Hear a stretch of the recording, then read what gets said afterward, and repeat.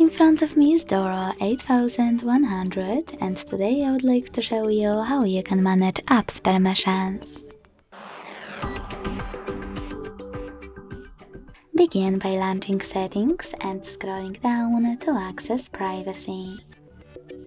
Then tap on Permission Manager and tap on one of your device's options that you wish to manage. Following that, tap on one of your apps and apply one of those options. Allow only while using the app, ask every time, or don't allow.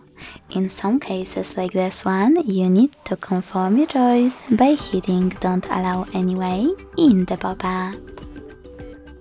If you want to, you can also select any feature. Look for an app that you wish to manage and instead of selecting any of those, tap on See All Permissions at the bottom. Then manage all of those only for a chosen app the same way. Thanks so much for watching. If you enjoyed this video, leave a like, comment and subscribe. Bye!